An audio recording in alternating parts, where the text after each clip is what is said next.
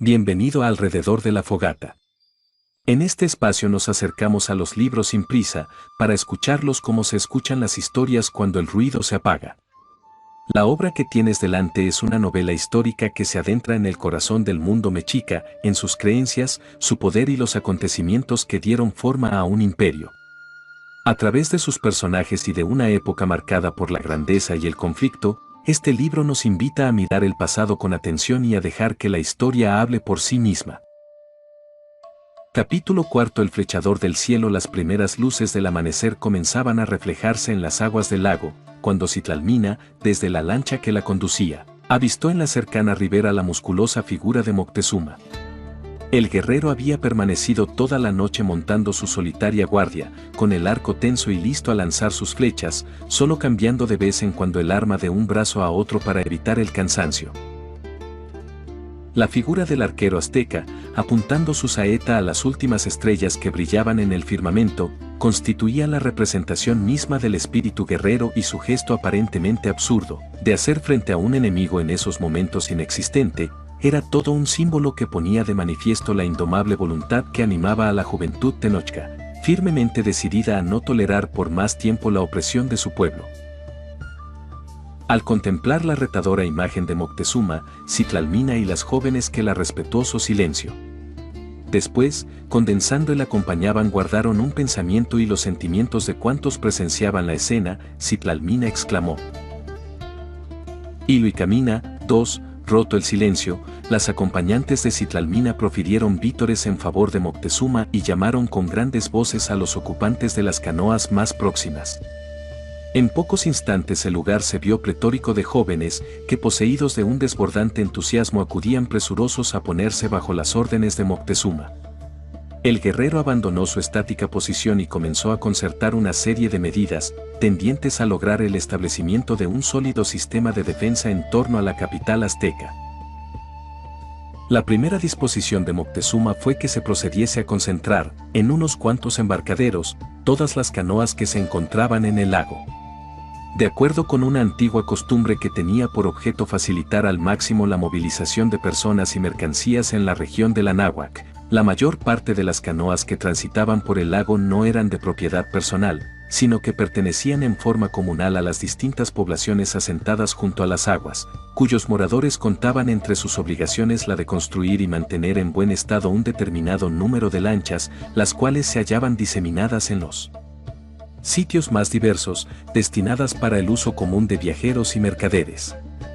Esta situación había contribuido enormemente a facilitar la ejecución del sorpresivo ataque que costara la vida a Chimalpopoca y, mientras subsistiese, continuaría nulificando la natural ventaja defensiva que daba a Tenochtitlan el hecho de estar rodeada de agua por los cuatro costados.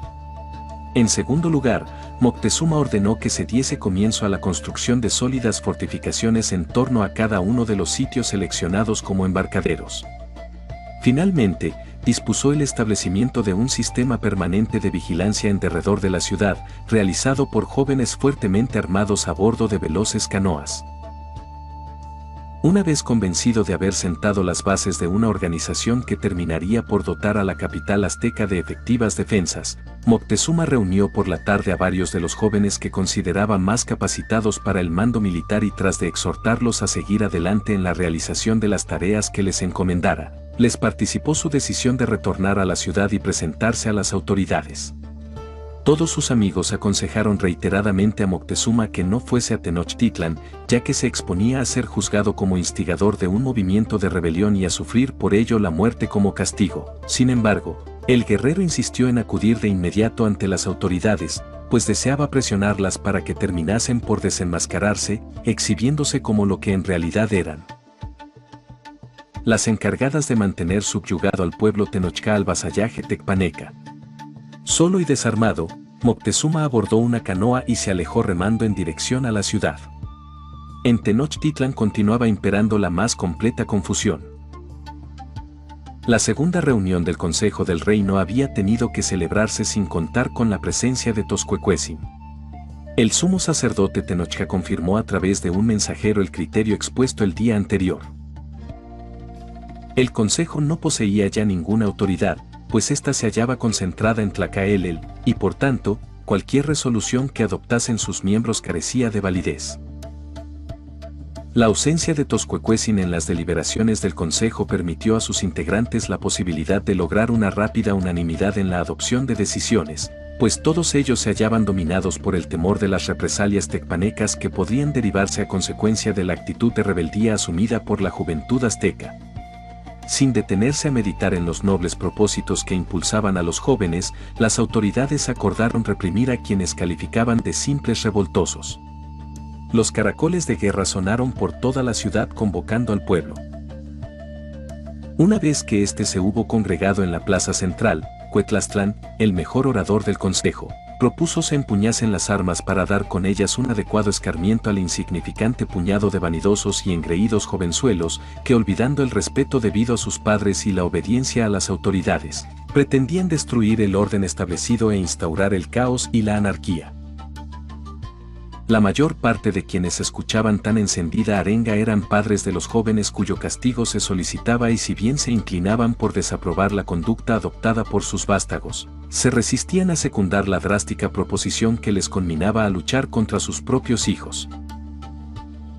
La reunión se prolongaba sin que los oradores del consejo lograsen sus propósitos de impulsar al pueblo a la acción, cuando repentinamente, provenientes de uno de los costados del templo mayor, hicieron su aparición en la plaza un numeroso grupo de sacerdotes encabezados por Toscuecuecin. Los recién llegados comenzaron a injuriar a los miembros del consejo, acusándolos de pretender seguir fungiendo como gobernantes sin poseer ya autoridad alguna para ello. El pueblo tenochcan no estaba al tanto de las profundas discrepancias surgidas entre los integrantes de la autoridad. Durante un largo rato la multitud permaneció paralizada de asombro, contemplando el inusitado espectáculo que daban sacerdotes y miembros del consejo discutiendo e insultándose con creciente furia. Después, varios de los presentes comenzaron a reaccionar y a tomar partido en favor de alguno de los contendientes. La plaza se llenó de una ensordecedora algarabía y gruesos pedruscos, arrancados del suelo, comenzaron a volar por los aires. La reunión habría concluido en una generalizada sacapela, de no ser por la inesperada llegada de Moctezuma.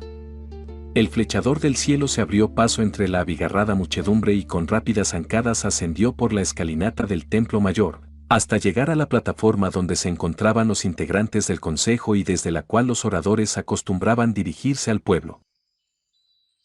Una expresión de reprimida ira se reflejaba en las enérgicas facciones del guerrero. Sin solicitar a nadie el uso de la palabra, Moctezuma dejó oír su voz, exclamando con acusador acento: «Los tecpanecas han dado muerte a nuestro rey», manifestando así el desprecio que sienten por nosotros y en lugar de responder a semejante afrenta como auténticos guerreros, perdéis el tiempo peleando como lo hacen los niños. Lanzando piedras y profiriendo insultos, ¿es que habéis perdido el juicio? ¿No comprendéis que no solo peligra la ciudad que con tan grandes esfuerzos edificaron nuestros abuelos, sino que incluso la existencia misma del pueblo de Huitzilopochtli se halla en peligro? Las palabras de Moctezuma hicieron el efecto de un bálsamo tranquilizador en el ánimo de sus oyentes. La airada multitud, que momentos antes estaba a punto de llegar a las manos, se apaciguó de inmediato, aparentemente avergonzada de su conducta. Cuetlastlán comprendió que no debía permitirse que Moctezuma siguiese hablando, pues de hacerlo, concluiría por ganarse a todo el pueblo para su causa. Así pues, interrumpió al guerrero increpándole con frases que ponían de manifiesto sus ocultos temores. «Engreído rebelde, ¿cómo os atrevéis a erigiros en juez? Habéis introducido la discordia en el reino, enfrentado a los hijos contra sus padres y provocado la cólera de nuestros poderosos protectores. ¿Qué pretendéis con semejantes locuras? ¿Buscáis acaso la destrucción de todos nosotros con vuestros actos de insensata soberbia?» Imperturbable ante las acusaciones de que era objeto, Moctezuma se limitó a responder lacónicamente: «Solo deseo, únicamente ambiciono resguardar a nuestro reino de los ataques de sus enemigos, mas si esto es un delito me declaro culpable y entraré a la cárcel. Pido, tan solo, que ruando los tecpanecas inicien la destrucción de Tenochtitlan, se me permita, al menos, morir combatiendo en esta ciudad cuya construcción ordenaron los dioses y que nosotros no hemos sabido defender». Sin detenerse a esperar la resolución que respecto de su persona pudiesen adoptar las autoridades, Moctezuma descendió de las escalinatas y encaminóse en dirección a la pequeña construcción que se utilizaba para mantener recluidos a los reos. Una gran mayoría del pueblo, conmovida por la evidente sinceridad contenida en las palabras del guerrero, lo acompañó hasta la entrada de la prisión, vitoreándolo incesantemente. En la plaza permanecieron los miembros del consejo con un reducido número de sus partidarios, así como Toscuecuecin y los sacerdotes, rodeados estos últimos de una considerable cantidad de gente, que repetía una y otra vez con fuertes gritos: Tlacael el emperador. Una furiosa tormenta que se desató intempestivamente sobre la ciudad obligó a todos a dispersarse y puso término a la tumultuosa reunión. La situación en que se encontraban los miembros del Consejo del Reino, con su autoridad puesta en tela de juicio por el sacerdocio y por una abrumadora mayoría del pueblo, comenzaba a tornarse insostenible, razón por la cual sus integrantes decidieron llevar a cabo una astuta maniobra que les permitiese nulificar la creciente oposición en su contra y entronizar a Cuetlastlán como nuevo monarca. Acordaron la incorporación al Consejo de Tlacaelel y Moctezuma. El propósito de los integrantes del Consejo de adoptar una resolución que al parecer resultaba contraria a sus intereses, no era sino el de lograr neutralizar la fuerza que estaba adquiriendo el movimiento de rebeldía juvenil, mediante el ingreso al gobierno de las dos personalidades varoniles más destacadas de la juventud azteca.